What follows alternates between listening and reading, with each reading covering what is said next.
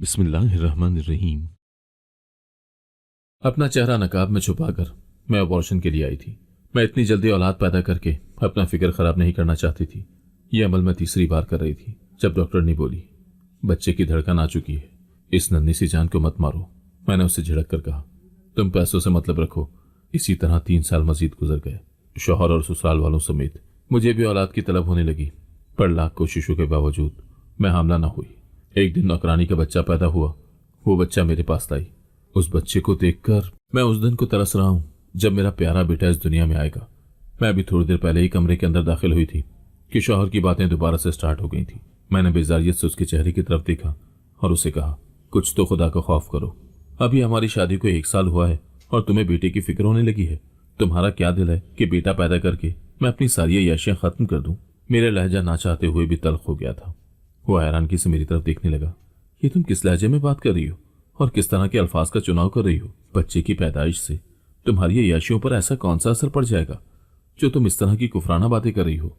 मैंने उसके सामने हाथ जोड़ते हुए कहा, देखो, तुम्हारी वजह से मैंने जल्दबाजी में शादी तो कर ली है, लेकिन अब मुझसे जल्दी बच्चा पैदा करने की उम्मीद न रखना, क्योंकि मैं ज़हनी तौर पर बिल्कुल भी तैयार नहीं हूं और ना ही मैं अपना फिगर खराब करना चाहती हूं।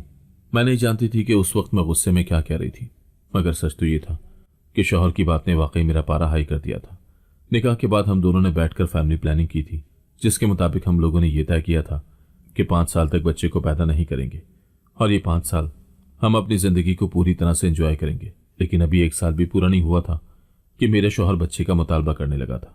उससे बदतमीजी करके मैं बाहर निकली तो मेरी सास वहीं पर बैठी मोहल्ले की किसी औरत से बात करते हुए कह रही थी, मैं भी बहुत परेशान हूं, मुझे समझ ही नहीं आ रहा कि क्या करूं।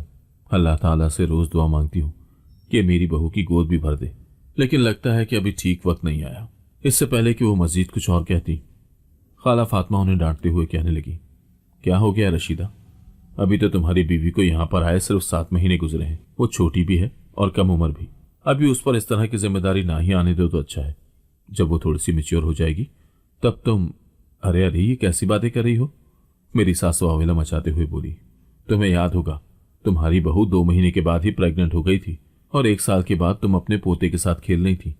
तुम्हारी बहू भी तो छोटी और कम उम्र थी, तुम्हें उस पर तरस क्यों नहीं आया जो मेरी बहू के लिए परेशान हो रही हो? वो अब चमक चमक कर बोल रही थी। मैं बेजारियत और गुस्से से अपनी सास को देखने लगी। उनकी नजर अचानक ही मुझ पर पड़ी तो सीने पर हाथ रखते हुए बोली, ये कैसे मुझे देख रही हो? साफ जाहिर हो रहा है कि तुम्हारे दिल में मेरे लिए हसद मौजूद है। कुछ तो खुदा का खौफ करें अम्मा, आप में ऐसा क्या है जो मैं आपसे हसद करूंगी? मैंने बेचैनी से कहा, अभी मैं थोड़ी देर के लिए अपनी अम्मा के घर जा रही हूँ, वापसी पर आकर आपसे बात करती हूँ। ये कहकर मैं चादर लेकर घर से बाहर निकल गई। सबके पीछे वो डांटने लगी, तुमने ही अच्छा तरीका बनाया हुआ है, जब दिल करता है मुंह उठाकर निकल जाती हो और ये मोहल्ले वाले 100 किस्म की बातें बनाते हैं, लेकिन तुम्हें तो किसी चीज की कोई फिक्र ही नहीं है। मेरी सास की पुरानी आदत थी और मैंने कभी भी उनकी बातों को खातिर में भी नहीं लाया था। मेरे शौहर ने भी मुझे ये इजाजत दी हुई थी कि जब भी तुम्हारा अपनी अम्मा से मिलने का जी चाहे तो मिलने चली जाया करो। अब तुम्हें किसी की भी टेंशन लेने की जरूरत नहीं है। वैसे भी अम्मी का घर सिर्फ चंद घरों के फासले पर ही मौजूद था और ये मेरे लिए सबसे बड़ी खुशखबरी थी।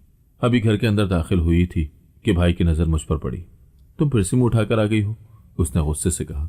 मैंने बेसाख्ता अम्मी के चेहरे को देखा तो वो भाई को डांटते हुए बोली, तुम्हें अपनी बहन से बात करने की तमीज नहीं है? ये किस लहजे में बात कर रहे हो? अम्मी, जब भी ये यहाँ पर आती है आप इसे कोई ना कोई पटियां पढ़ाती है और ये जाकर अपने ससुराल में लड़ाई करती है। कसम खुदा की, वाजिद मुझे पिछले हफ्ते में 3 बार कॉल्स करके इसकी शिकायत लगा चुका है। मैंने बताया भी था, लेकिन आपने इसको समझाया ही नहीं। मुझ पर तवज्जो देने के बजाय बेहतर है कि अपनी बीवी पर तवज्जो दो। आजकल वो किन चक्करों में पड़ी हुई है, क्योंकि जैसे ही तुम्हें उसकी हकीकत के बारे में पता चलेगा तुम्हें किसी और चीज के बारे में सोचने की जरूरत ही नहीं पड़ेगी। ना चाहते हुए भी मेरा लहजा तल्ख हो गया था, क्योंकि अपने खिलाफ तो मैं कोई बात बर्दाश्त ही नहीं कर सकती थी। घर की सबसे बड़ी और लाडली बेटी थी, हमेशा मेरी कही हुई बात मानी जाती थी। मेरे भाई को शुरू से ही कम हैसियत हासिल थी। बिलाशुबा वो लड़का था, मगर इसके बावजूद बाबा मुझसे ज्यादा मोहब्बत करते थे और हर मामले में मुझे ही तरजीह देते थे। ये देखकर वो जलता भी था और वक्त के साथ साथ हम दोनों के दिल में एक दूसरे के लिए नफरत भी बढ़ती चली गई थी। अब तो नफरत की दीवारें इतनी मजबूत हो गई थी कि उसको तो मेरी शक्ल देखने का भी दिल नहीं चाहता था। उसने अपनी क्लास फेलो से अपनी मर्जी से शादी की थी, जो कि अय्याश तबीयत की मालिक लड़की थी। हर किस्म की लड़की के साथ ताल्लुक में मुलविस थी। ये बातें मेरे भाई को शादी के बाद पता चली थी। हम लोगों ने उसे मशवरा भी दिया था कि उस औरत को छोड़ दो, वरना वो औरत तुम्हें जलील और रुस्वा कर देगी। मगर मेरे भाई ने मेरी एक भी बात नहीं मानी और उस औरत को ही घर ले आया। उस दिन के बाद से तो जैसे मेरी माँ के घर से सुकून ही उतर गया था। बरकत भी खत्म हो गई थी। एक अजीब सी मनहूसियत तो थी जो चारों तरफ छाई रहती थी। अम्मा खुद इस बात का एतराफ करती थी और अक्सर भाई के सामने हाथ जोड़कर रो पड़ती थी कि खुद पर नहीं तो मुझ पर थोड़ा सा रहम कर लो। मैं क़यामत के दिन तुम्हारे बाप को क्या मुंह दिखाऊंगी कि मैं तुम्हारी शादी किसी अच्छी जगह पर नहीं कर पाई। चूंकि मेरे भाई को उससे शदीद मोहब्बत थी, इसीलिए उसके लिए उसको छोड़ना मुश्किल ही नहीं, नामुमकिन था। वो हमेशा मेरी माँ को तसल्ली देते हुए कहता था कि फिक्र मत करें, वो बहुत जल्द ठीक हो जाएगी, वो अपने आप को बेहतर बना लेगी। मुझे उस पर यकीन है। उसने मुझसे वादा किया है कि वो कभी भी मुझे मायूस नहीं करेगी। ये बातें पिछले 2 साल से चलती आ रही थीं, मगर अभी तक उसने अपना वादा नहीं निभाया था। अभी तक वो मुसलसल मायूस करती ही आ रही थी। अब भाई चूंकि मुझे जान चुका था, इसीलिए मैंने भी फैसला किया कि उसकी बीवी का पोल उसके सामने खोल कर रख दूंगी। मेरी मोहल्ले की जिस औरत के साथ दोस्ती थी, उसका शौहर काफी घूमता फिरता रहता था। उसने ही मेरी भाभी को एक अनजान आदमी के साथ होटल में बैठे हुए देखा था। वो दोनों एक दूसरे के हाथों में हाथ डाले मुस्कुराते हुए बातें कर रहे थे। तभी उसने तस्वीरें खींच ली थी और उस औरत ने वो सारी तस्वीरें मुझे भेज भी दी थी। मैं जानती थी कि अगर एक तस्वीर भी अपने भाई को दिखा दी तो कयामत आ जाएगी। वो बेगम की साइड लेने लगा तो मैं खुद पर कंट्रोल नहीं रख पाई और वो सारी तस्वीरें निकालकर उसे दिखा दी। अम्मा मुझे रोक रही थी और कोस रही थी, मगर उस वक्त तो मुझे सिर्फ और सिर्फ अपनी इज्जत अफजाई का हिसाब लेना था, जो मैं लेने में कामयाब हो चुकी थी। अब उसका ध्यान मेरी तरफ से हट गया था। रेशम, कहाँ हो तुम? जल्दी से बाहर आओ, उसने चिल्लाते हुए कहा। मेरे लबों पर एक पुरस्कार सी मुस्कुराहट फैल गई। अम्मी कंधे पर थप्पड़ मारते हुए कहने लगी, पागल औरत, ये तुमने क्या कर दिया है? तुमने क्यों अपने पांव पर खुद ही कुल्हाड़ी मार दी है? मैंने अम्मी को कहा, मैंने जो कुछ भी किया है बहुत सोच समझ कर किया है। अब कम से कम आपका बेटा मेरे किरदार पर उंगली नहीं उठाएगा और ना ही आपकी तरबियत को बुरा भला कहेगा। भाई दोबारा से उसे आवाजें देने लगा तो मैं चहकते हुए बोली, वो घर पर नहीं है, अपनी किसी आशिक से मिलने के लिए गई होगी। और इसके साथ ही भाई घर से बाहर निकल गया था। शाम तक मैं अपनी माँ के पास ही ठहरी रही थी। मैं जब भी यहाँ पर आती थी तो अपनी माँ के करीब से उठने का दिल ही नहीं करता था। बचपन से ही उनके साथ रही थी तो उनकी हद से ज्यादा आदत थी। ससुराल में भी दिल लगना मुश्किल हो जाता था। हर दूसरे दिन ही यहाँ आकर बातें करके मुतमईन हो जाती थी। मैं घर से बाहर निकलने ही लगी थी कि भाई की चिल्लाती हुई आवाज सुनाई दी, जो यकीनन अपनी बीवी को ही खींचते हुए घर के अंदर दाखिल हो रहे थे। रेशम उनके सामने हाथ जोड़कर फूट फूट कर रो रही थी और अपनी वफा की कस्में देते हुए कह रही थी कि मैंने कुछ भी नहीं किया, मेरी बात का यकीन करें, मैंने वो सब कुछ छोड़ दिया है। जो तस्वीरें आपको दिखाई गई हैं वो बहुत पहले की तस्वीरें हैं। अब तो मेरा इन सबसे कोई लेना देना ही नहीं है। मेरी माँ की तबीयत खराब थी, इसीलिए उनको देखने के लिए गई थी। मैंने आपकी अम्मी को सब कुछ बताया भी था।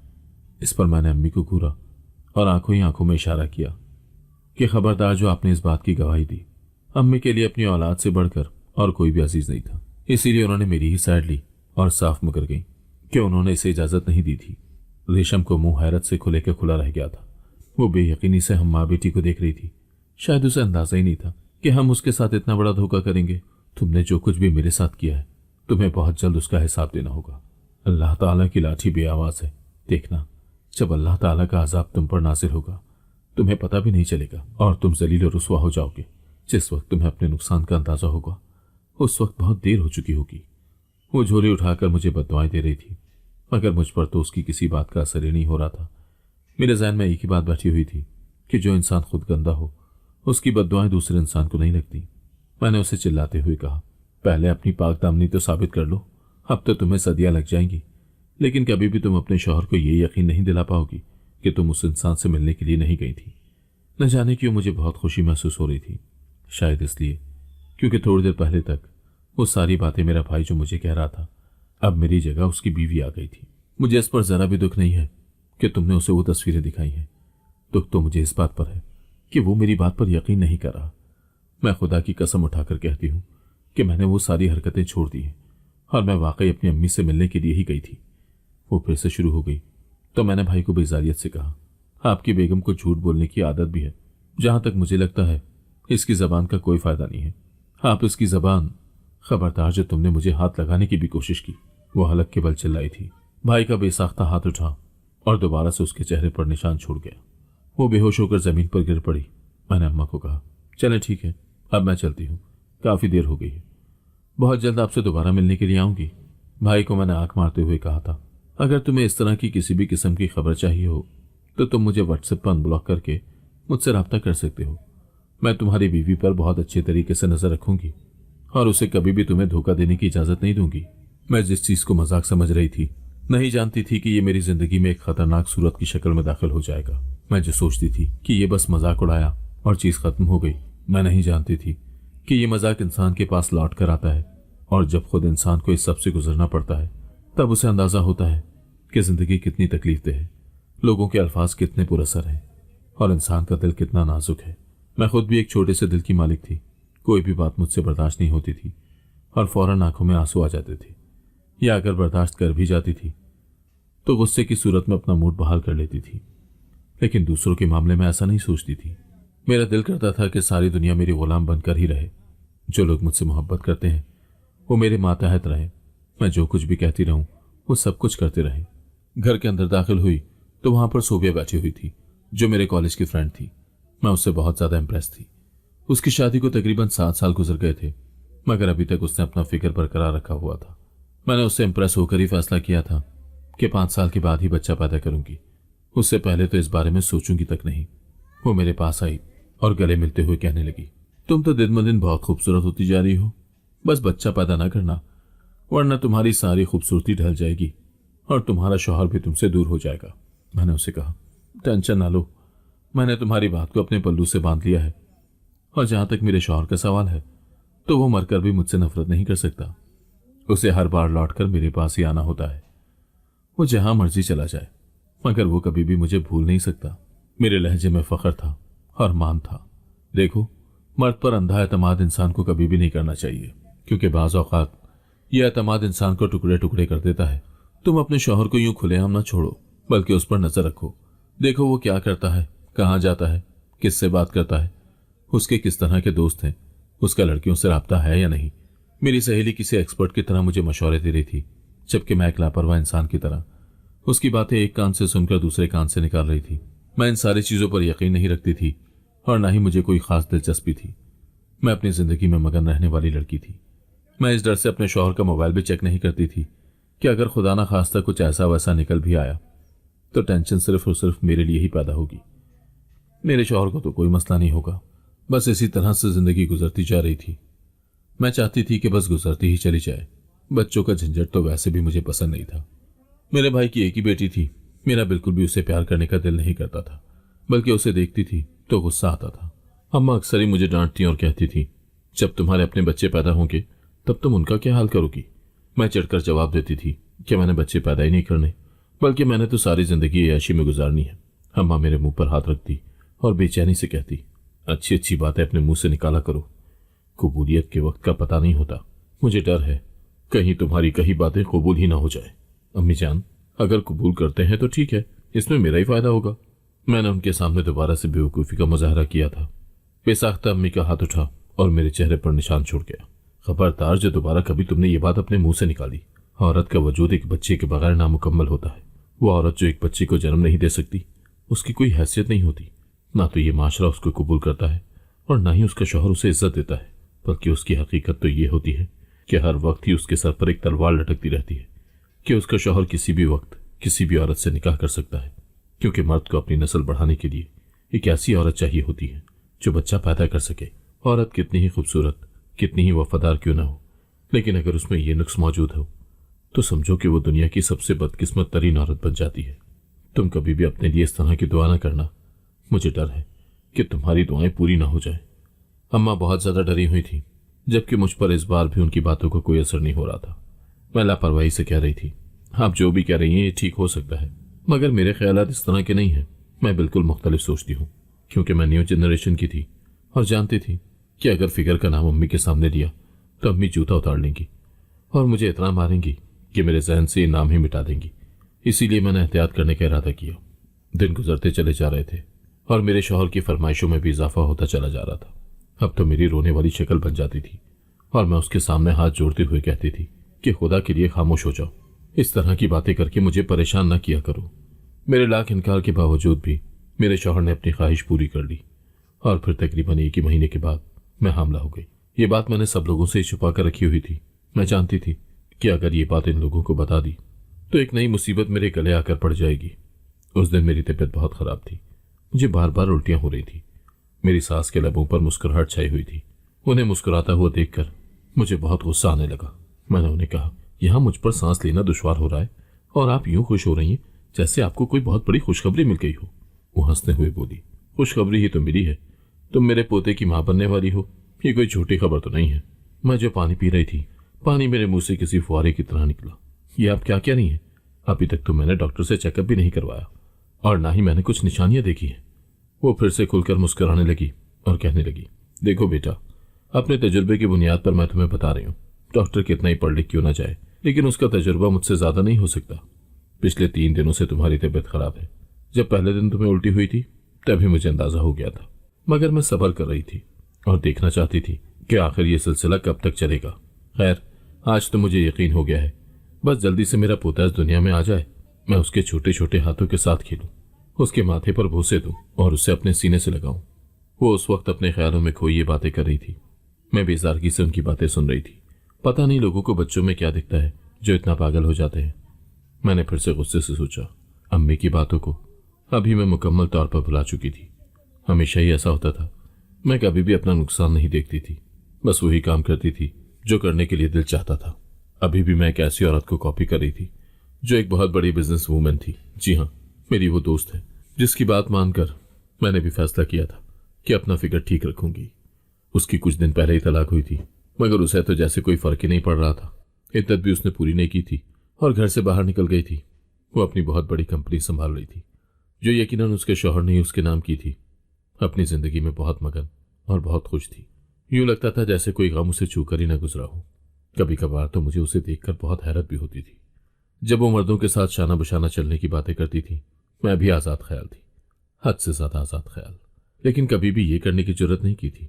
मैं जानती थी कि मर्द का अपना अलग से मकाम है और औरत का अपना अलग मकाम है। औरत को मर्द से एक दर्जा नीचे रखा गया है क्योंकि औरत अकल और ताकत के मामले में कमजोर है, जबकि मर्द दोनों लिहाज से ही मजबूत होता है। इसीलिए तो उसे औरत का सरबरा बनाया गया है। मैं अपने शौहर की ज्यादातर बातों से इख्तलाफ नहीं रखती थी, लेकिन हाँ, कुछ बातें ऐसी थी जिन्हें मानना मेरे लिए बहुत मुश्किल था। उनमें से एक ये भी थी कि मैं बच्चा नहीं चाहती थी। जब मैंने अपनी माँ को इस बारे में बताया तो वो जोर से मेरे गले लग गई और फूट फूट कर रोने लगी।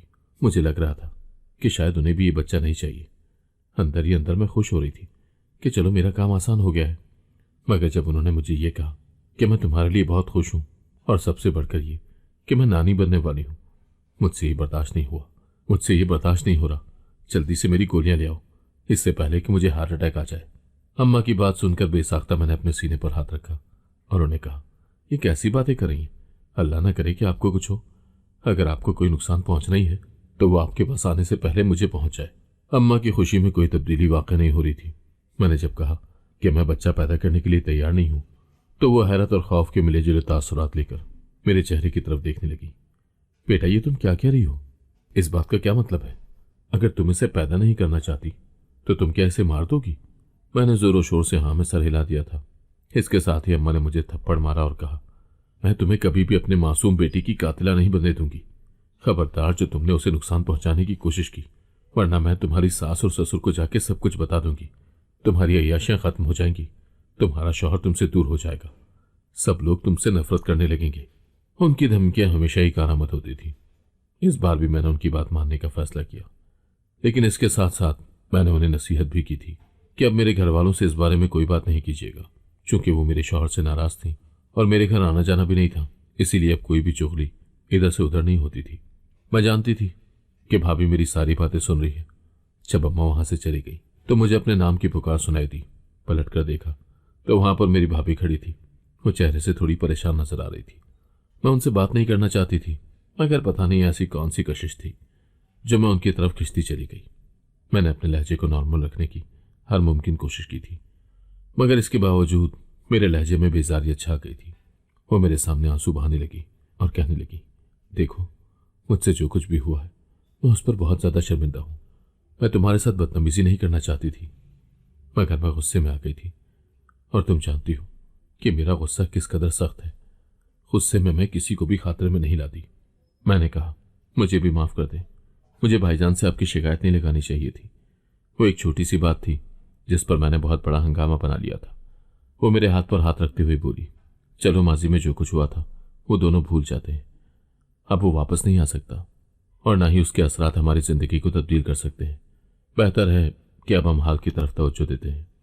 मैंने सुना है कि तुम ये बच्चा पैदा नहीं करना चाहती, क्या ये सच है? मैं तेजी से हाँ में सर हिलाने लगी और भाभी का हाथ पकड़ते हुए बेचैनी से कहा, खुदा के लिए मेरी मदद कर दें, मुझे इस मुसीबत से बाहर निकाल दें। मैं इस सब के लिए अभी तैयार नहीं हूं। वो मेरे हाथों पर हाथ रखकर मुझे तसल्ली देते हुए कहने लगी, देखो मैं तुम्हारे साथ जबरदस्ती नहीं कर रही और ना ही मैं तुम्हें तंग करने के लिए आई हूं। मैं यहां पर तुम्हारा फैसला ही सुनने के लिए आई हूं। क्या तुम अपनी आज़ाद जिंदगी को चुनना पसंद करोगी या सारी जिंदगी अपने शौहर की गुलामी करने में गुजार दोगी? मैंने उन्हें कहा, मुझे गुलामी करने में कोई मसला नहीं है, लेकिन उसका बच्चे वाला ख्वाब तो मैं हरगिज़ भी पूरा नहीं कर सकती। भाभी ने मेरा साथ दिया था। वो मुझे लेकर एक डॉक्टर के पास गई थी और मेरा अबॉर्शन करवा दिया था। तबीयत मेरी बहुत ज़्यादा ख़राब हो गई थी। मेरे ससुराल वालों को यही बताया गया था कि मैं सीढ़ियों से गिर गई हूँ। अम्मी जान मुझ पर बहुत ज़्यादा गुस्सा कर रही थी, मगर मैंने अपनी अम्मी को बातों के जाल में फंसाकर खामोश करवा लिया था और अब मेरी खुशी की वाकई कोई इंतहा नहीं थी। दूसरी तरफ मेरा शौहर बहुत ज़्यादा उदास हो गया था। वह हर वक्त ही मुंह लटका कर बैठा रहता था। मैंने उससे कहा, तुम तो ऐसी हरकतें कर रहे हो जैसे इस सब में मेरा ही कसूर हो। चंद लम्हों तक मेरे चेहरे की तरफ वो देखता रहा, बहुत गौर से, और जब वो बोला तो मुझे उसकी आवाज़ किसी गहरी खाई से आती हुई मालूम हुई। वो मुझे कहने लगा, ये तुम्हारी ही गलती है। मुझे पता है कि तुमने जानबूझकर उस बच्चे को नुकसान पहुंचाया है, क्योंकि तुम उसे इस दुनिया में लाना ही नहीं चाहती थी। मैंने तुमसे जब भी बच्चे के बारे में बात की तुमने हमेशा ही टाल दिया ना। न जाने क्यों मुझे लग रहा था कि यह खबर सुनने के बाद तुम्हारा इसी किस्म का ही रद्द-ए-अमल होगा। मैंने कानों को हाथ लगाए और अपने शौहर को कहा, बस कर दो, खुदा के लिए बस कर दो। मुझ पर और कितने इल्जाम लगाओगे? तुम जानते भी हो कि तुम्हारे ये अल्फाज मुझे कितनी तकलीफ दे रहे हैं। मैंने अब जज्बाती वार शुरू कर दिए थे। मैं जानती थी कि वो बहुत जल्दी जज्बाती भी हो जाता है, और ऐसा ही हुआ था। वो मेरे पास आ गया और मेरा हाथ पकड़ते हुए कहने लगा, देखो इसमें कोई शक नहीं है कि मैंने तुमसे बेतहाशा मोहब्बत की है, लेकिन तुम्हारी इस फजूल ख्वाहिश को मैं पूरा नहीं कर सकता। मुझे बच्चे चाहिए और हर हाल में चाहिए। मैंने उसे कहा, थोड़ी देर से पहले ही तो मैं एक बड़े हादसे से गुजरी हूँ। तुम्हें जरा भी अंदाजा है कि मैं कितनी तकलीफ में हूँ? तुम सिर्फ और सिर्फ अपने बच्चे की ही बातें कर रहे हो। एक बार भी क्या तुमने मुझसे मेरा हाल पूछने की कोशिश की? अब की बार वो थोड़ा सा शर्मिंदा हो गया था। मुझे भी पता चल गया था कि शौहर को किस तरह से डील करना है। अब मैं उसी तरह से डील कर रही थी। मजीद 1 साल गुजर गया, मैं दोबारा से हमला हो गई, लेकिन इस बार मैंने अपनी भाभी के अलावा किसी को भी नहीं बताया था। वो बहुत ज़्यादा खुश हुई और दोबारा से मुझे डॉक्टर के पास लेकर चली गई। कभी कभार मुझे हैरानगी भी होती थी, क्योंकि वो खुद भी एक औरत थी और एक बच्चे की माँ थी। फिर वो कैसे इतनी आसानी से किसी माँ को अपने बच्चे की जान लेने की इजाज़त दे सकती थी? हजारों तरह के वहम और वसवसे मेरे दिल को परेशान करते थे और मैं ये सोचती थी कि बहुत जल्द भाभी मुझे फंसा देगी, ये अपने किए का बदला ले रही हैं। मगर जब मैं उनका नरम लहजा देखती थी और उनकी मीठी जबान देखती थी तो खुद पर लानत भेजकर अपने उन ख्यालात को झटक देती। फिर मैं 3 बार अबॉर्शन करवा चुकी थी। अब मुझे भी बच्चे की तलब होने लगी थी। मेरी भी ख्वाहिश थी कि मेरे घर में एक बच्चा पैदा हो, क्योंकि मैंने बहुत अय्याशी कर ली थी, अपनी मर्जी की जिंदगी भी गुजार ली थी। अब मुझे भी वो कमी महसूस होने लगी थी जो हर औरत को होती है। मैंने हर तरह की दवाई वगैरह ट्राई करके देख लिया था, लेकिन अब मुझे कहीं से भी कोई आराम नहीं मिल रहा था। एक दिन मैं रोती हुई अपनी माँ के पास गई तो वो मुझे ही मारते हुए कहने लगी, तुमने अपने रब की नेमत और रहमत दोनों को झुटलाया था, तुम्हें उसी चीज़ की ही सज़ा मिल रही है। जब तुम्हारा रब तुम पर करम कर रहा था तो तुमने अपने रब की बात नहीं मानी, बल्कि एक बहुत बड़ा गुनाह सरजद कर दिया। मैंने कहा, अभी तक उस बच्चे के जिस्म में रूह नहीं पड़ी थी, मैं कैसे उसकी कातिला हो सकती हूँ? अम्मा मुझे कहने लगी, कत्ल उस वक्त होता है जब इंसान किसी बेगुनाह की जान ले ले।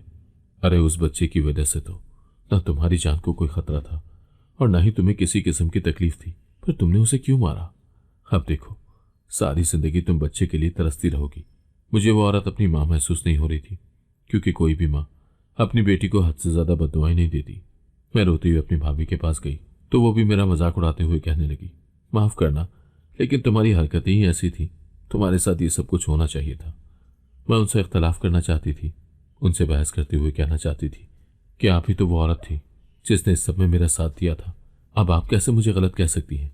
मगर मेरे अल्फाज मेरा साथ नहीं दे रहे थे।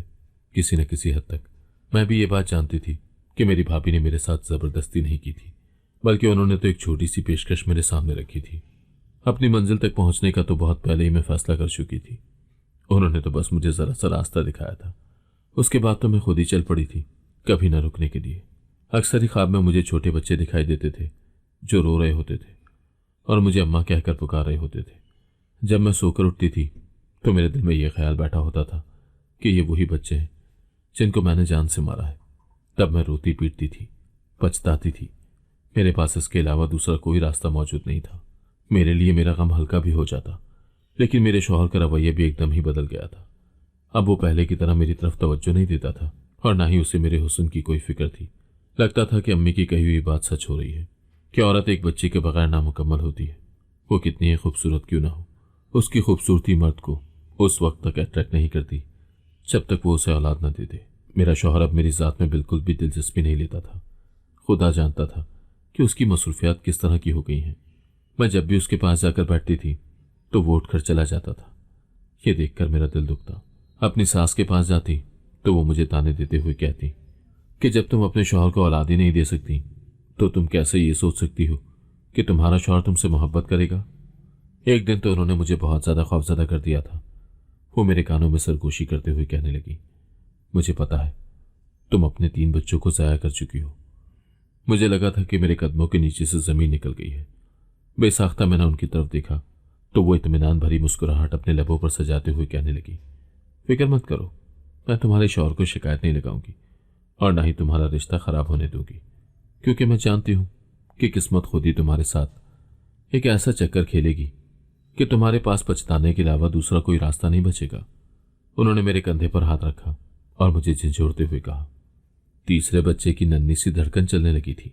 डॉक्टर ने तुम्हें मना किया था कि उसको जान से ना मारो, वो एक बेकसूर जान है, लेकिन तुमने उसकी बात नहीं सुनी और अपने ही बच्चे को इस दुनिया में आने से पहले ही खत्म कर दिया। तुम इस कदर जालिम माँ कैसे हो सकती हो? उनके हाथ पकड़कर मैं रोना शुरू हो गई थी। मैंने उन्हें कहा कि माजी में जो कुछ भी किया है वो सब नादानी में आकर किया। मैं पागल हो गई थी, मुझे सही और गलत की तमीज भूल गई थी। उन्होंने अपने हाथ तेजी से पीछे खींचे और एक उंगली उठाकर धमकी देते हुए लहजे में कहने लगी, देखो मेरे साथ ये ड्रामेबाजी ना करो वरना मुझसे बुरा कोई भी नहीं होगा। तुम कोई छोटी बच्ची नहीं थी और ना ही तुम कोई नादान लड़की थी जो तुम्हें इन चीजों के बारे में पता नहीं था। तुम्हें एक एक बात बहुत अच्छे तरीके से जानती थी। तुम्हें तो उस वक्त सिर्फ अपना फिगर चाहिए था ना। अब मुझे बताओ, क्या इस फिगर का तुम्हें कोई फायदा हो रहा है? अब क्या तुम्हारा शौहर तुम्हारी तरफ देखता है? हरगिज नहीं, क्योंकि उसे पता चल गया है कि तुम एक बेमौल लड़की हो।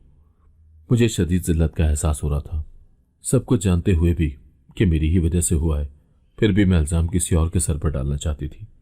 मैंने अपनी भाभी का नाम दिया तो मेरी सास खिलखिलाकर हंसने लगी और मुझे कहने लगी कि वो तो तुम्हारे साथ एक ऐसा खेल खेल गई है कि तुम उसे अपनी सारी जिंदगी नहीं भूल पाओगी। मैंने हैरत से पूछा कि इस बात का क्या मतलब है?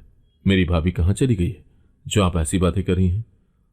वो मेरी आंखों में देखते हुए कहने लगी, शायद तुम्हारे भाई ने तुम्हें यह बताना जरूरी नहीं समझा कि वो उससे खुला लेकर जा चुकी है, क्योंकि वो किसी ऐसे इंसान के साथ गुजारा नहीं कर सकती जो उस पर यकीन न करता हो। उसने अपने आप को मुकम्मल तौर पर तब्दील कर लिया था, मगर इसके बावजूद तुमने उसे सबकी नजरों में गिराया था। तुम्हें क्या लगा था इसके बाद वो तुम्हारी दोस्त बन जाएगी और तुम्हारे दुख दर्द की साथी बन जाएगी? तुम एक नंबर की बेवकूफ औरत हो।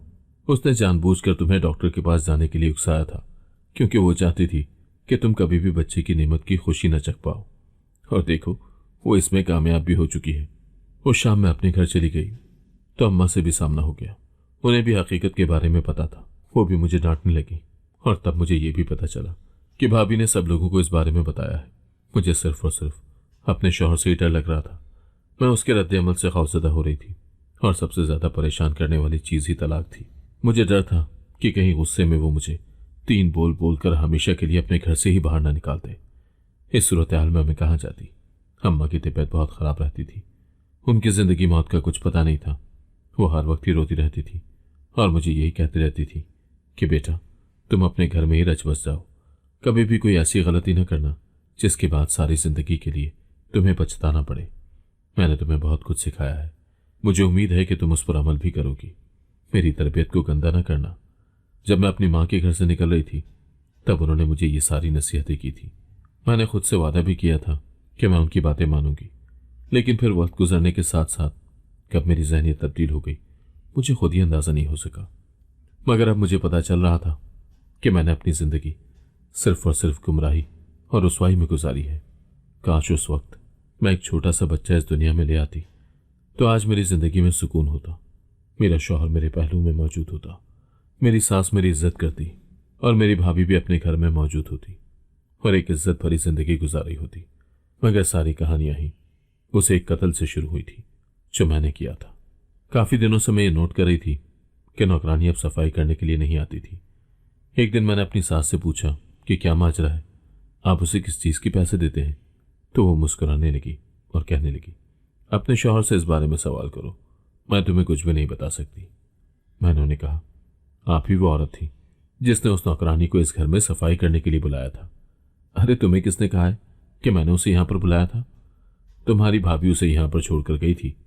एक लम्हे के लिए तो मेरा दिल धड़कना ही रुक गया था, क्योंकि भाभी के हर काम के पीछे कोई ना कोई मकसद छुपा होता है। वो बगैर मकसद के कोई काम नहीं करती थी। क्या मतलब है इस चीज का? मैंने बेचैनी से पूछा। बहुत जल्द तुम्हारे सामने मतलब भी आ जाएगा। एक तो तुम हर काम में जल्दबाजी करना शुरू हो जाती हो। मेरी एक और बात याद रखो, तुम्हारे पास बहुत कम वक्त है।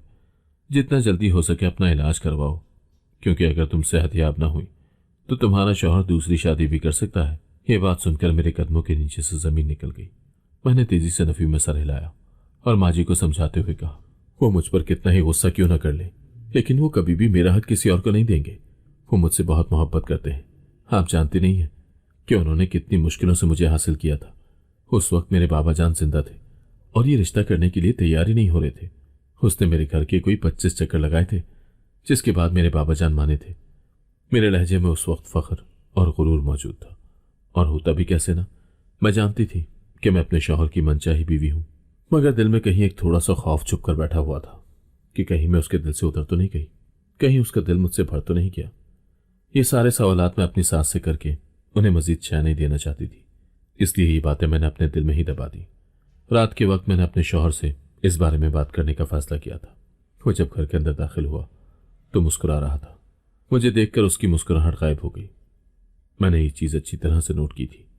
मैं उससे सवाल करने ही लगी थी कि उसने हाथ उठाकर मुझे खामोश रहने का इशारा किया और उंगली उठाकर धमकी देने वाले अंदाज में बोला, तुम्हें मुझसे कोई सवाल करने का हक नहीं है, तुम बहुत पहले ये हक खो चुकी हो।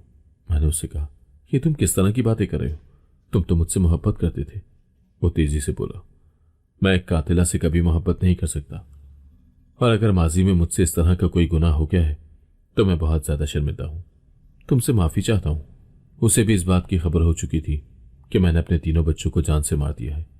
वो भी तीसरे बच्चे का नाम लेते हुए कह रहा था, तुमने तो उस नन्ही सी जान को भी नहीं छोड़ा। आखिर तुम इस कदर जालिम कैसे हो सकती हो? मैं उसके कदमों में गिर गई और उससे माफी मांगने लगी, मगर वो मेरी बात सुनने के लिए तैयार ही नहीं था। नफरत आमेज लहजे में कहने लगा, अगर तुम चाहती हो कि मैं अपना और तुम्हारा जो जरा सा लिहाज बचा है वो भी खत्म कर दूं, तो तुम यहां पर रुक सकती हो। मैं तेजी से उठी और बाहर भाग गई, क्योंकि मैं नहीं चाहती थी कि हम दोनों के दरमियान जो जरा सा लिहाज रह गया है वो खत्म हो जाए। वो पूरी रात मैंने रोते हुए और अपने रब से माफिया मांगते हुए गुजार दी थी। अब मुझे एहसास हो रहा था कि मैंने अपनी जात पर कितना बड़ा जुल्म किया है, न सिर्फ खुद पर बल्कि अपनी भाभी के साथ भी बहुत ज्यादती की थी, जिसकी सजा मुझे इस सूरत में मिल रही थी। अगले दिन मैं अपने कमरे में लेटी आराम कर रही थी जब नौकरानी घर के अंदर दाखिल हुई। उसने हाथ में एक छोटा सा बच्चा उठा रखा था। उसने वो बच्चा मेरे हवाले कर दिया। मैंने हैरत से उसके नैन नक्श देखे तो मेरी सांसें रुक गईं। वो बिल्कुल मेरे शौहर की कॉपी था। उसी वक्त वो भी कमरे के अंदर दाखिल हुआ। वाजिद के लबों पर मुस्कुराहट फैली हुई थी। वो मुझे कहने लगा, मेरे बेटे से मुलाकात करो, देखो ये कितना प्यारा है, बिल्कुल मुझ पर गया है। मैं तो जैसे सदमे में ही चली गई थी। मैंने उससे पूछा, इस बात का क्या मतलब है? तो वो तफसील पेश करते हुए कहने लगा, मैंने गुड़िया से ही शादी कर ली थी, क्योंकि ये औरत बहुत अच्छी थी, नेक थी, सबसे बढ़कर ये मेरा ख्याल रखती थी और पारसा भी थी। मैं चीखते हुए बोली, तुम मेरे होते हुए मुझसे इतना बड़ा धोखा कैसे कर सकते हो? बेसाख्ता उसका हाथ उठा और मेरे चेहरे पर निशान छोड़ गया। वो भी मेरे ही अंदाज में बोला था, जिस तरह तुम मुझे धोखा दे सकती हो, एक बाप की इजाजत के बगैर उसके बेटे को जान से मार सकती हो, बिल्कुल इसी तरह से मैं कुछ भी कर सकता हूं। तुम्हारे लिए यही काफी होना चाहिए। कि मैंने तुम्हें अपने घर में रखा हुआ है। इससे ज्यादा तुम्हें मुझसे किसी और चीज की उम्मीद नहीं रखनी चाहिए। तुम्हारी मेरी जिंदगी में जो भी जगह थी, तुमने वो खो दी है। अब मेरे अंदर तुम्हारे लिए सिर्फ और सिर्फ बेजारियत ही रह गई है। जहां तक गुड़िया का सवाल है, तो अब से ये यहीं पर रहेगी और मेरी बीवी की हैसियत से ही रहेगी। अगर तुम्हें कोई मसला है तो तुम यहां से जा सकती हो। गुड़िया, जो कि 2 साल पहले ही हमारे घर में नौकरानी बनकर आई थी, अब वो इस घर की मालकिन बन गई थी। उसका हुस्न देखकर पहले ही मुझे शक होने लगा था कि वो कुछ न कुछ गड़बड़ करेगी, मगर फिर बाद में मैं अपने मामलात में इतना उलझ गई कि मैं उसकी तरफ तवज्जो ही नहीं दे पाई और वो मेरे शौहर को ले उड़ी। अगर आपको आज की कहानी पसंद आई है तो वीडियो को जरूर लाइक कीजिएगा और अपने दोस्तों के साथ भी शेयर कीजिएगा। और हाँ, अगर आपने अभी तक हमारा चैनल सब्सक्राइब नहीं किया तो जरूर सब्सक्राइब करें। मिलते हैं कल एक नई और दिलचस्प कहानी के साथ। अल्लाह हाफिज।